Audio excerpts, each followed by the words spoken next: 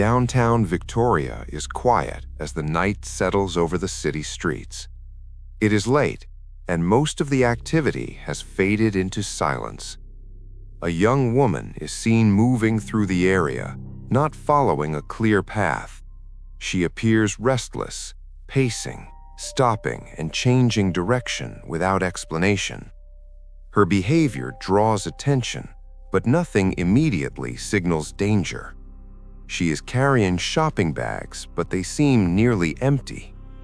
Witnesses later recall her asking for help, then refusing it moments later. She moves between a hotel entrance and nearby streets, never staying long in one place. Different people report seeing her at different times, each account slightly different. The timeline becomes unclear as her movements overlap and contradict each other.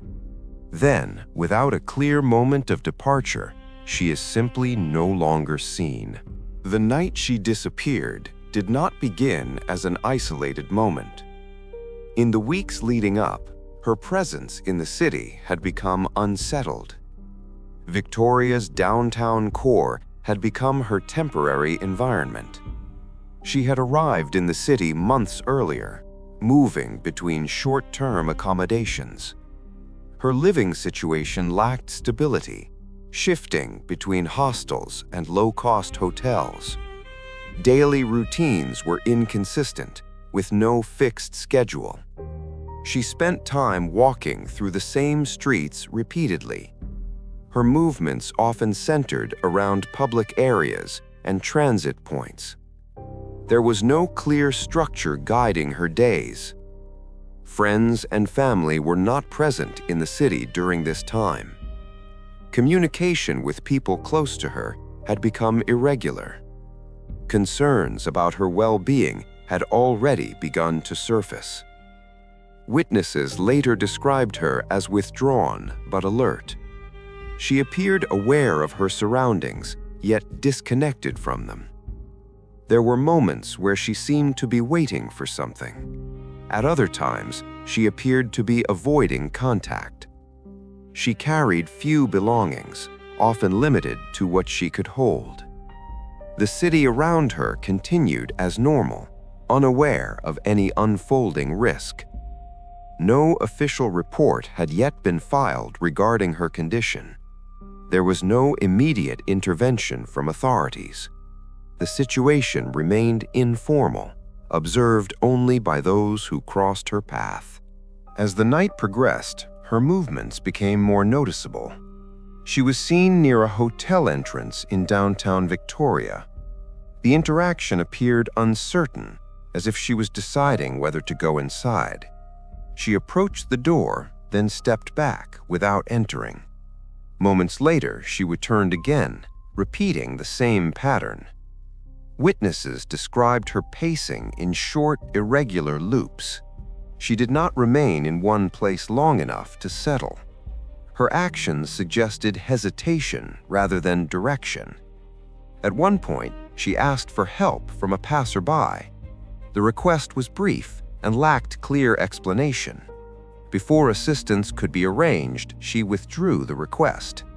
This pattern repeated, creating confusion for those nearby.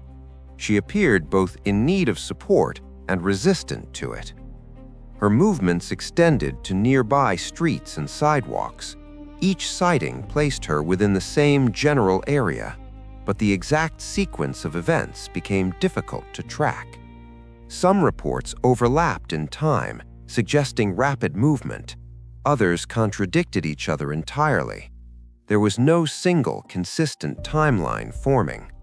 What remained clear was that she never fully left the area, and yet no one could account for where she went next. The sequence of events begins to narrow toward a final window of time. She remains within the same downtown area as the night deepens. Her movements slow, but do not become stable. She returns again to the hotel entrance seen earlier.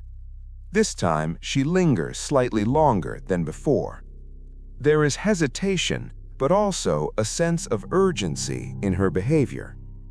Witnesses recall her appearing distressed, though not visibly injured. Her attention shifts between the street and the building interior. She steps inside briefly, then exits again. The movement is quick, almost uncertain. Moments later, she is seen outside once more. She continues pacing near the entrance and along the sidewalk. The pattern of approach and withdrawal repeats. At some point, she moves away from the immediate entrance area. Her direction is unclear, and no single witness follows her continuously. The lighting and distance begin to limit visibility. Some accounts suggest she turned down a side street. Others place her still near the main road. The exact path cannot be confirmed. What remains consistent is that she is still alone, and this is the last period where her presence is repeatedly observed. By the following day, her absence begins to take form. There are no confirmed sightings after the previous night. The area where she was last seen returns to normal activity. No immediate alarm is raised within the city itself, but concern begins to grow outside of it. Family members, unable to reach her, start to take notice. Communication attempts go unanswered. The lack of response is unusual for her. Days pass without any confirmed contact. The timeline of her last movements becomes the only reference point.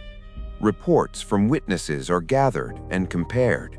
Each account adds detail, but also introduces inconsistency. Locations overlap, but sequences do not align. There is no clear final moment that defines her disappearance.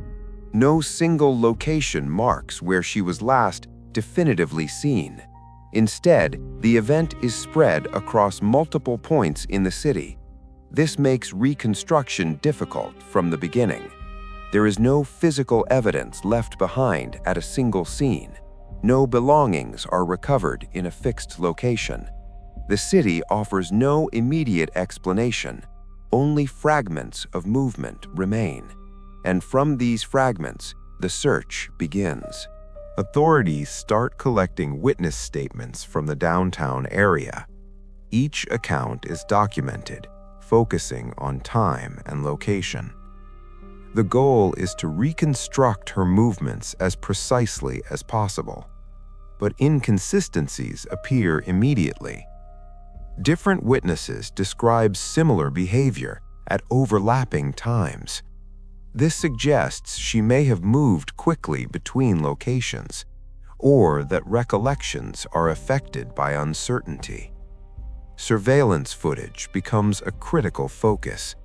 Cameras near the hotel and surrounding streets are reviewed. Some footage confirms her presence in the area, but not all movements are captured clearly. Gaps between recordings leave portions of time unaccounted for.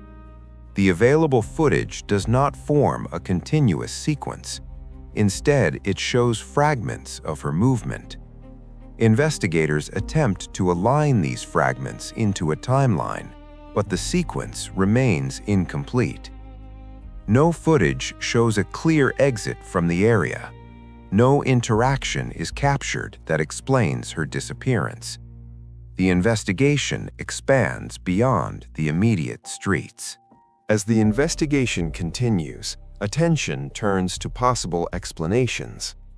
No single theory fully accounts for her movements or disappearance. Some focus on her behavior in the hours before she vanished. Witnesses described signs of distress and disorientation. This raises questions about her state of mind at the time. But these observations remain subjective and incomplete. There is no confirmed medical or external cause established. Another line of thought considers the possibility of external involvement.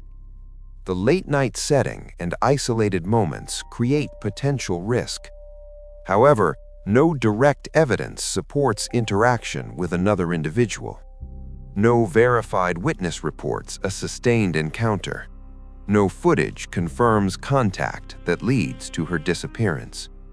This absence of evidence leaves the theory unconfirmed. Attention also turns to the city environment itself. Downtown areas include multiple access points and pathways. Side streets, alleys, and transit routes complicate tracking. It is possible to move through these spaces without continuous visibility, especially during late-night hours with limited activity. This creates gaps where movement can go unrecorded. Each theory explains part of the situation, but not all of it, and none provide a definitive answer to what happened. The case remains open, defined by absence rather than evidence. No confirmed trace has been found beyond that night in Victoria. The final movements remain fragmented and unresolved. There is no single point where the narrative concludes. Instead, it fades across multiple locations without closure. Efforts to locate her continue over time. Search initiatives extend beyond the original area. Public awareness brings renewed attention at different intervals. Each new lead is examined, but none provide resolution. The original timeline remains the central reference.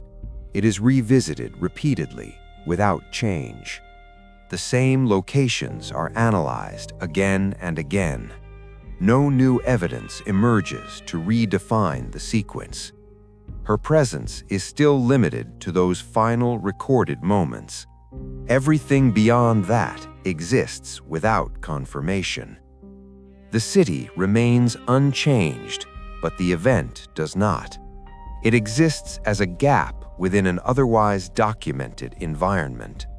A disappearance without a defined endpoint, a sequence without a final frame, and a person last seen moving through a city that offers no answer.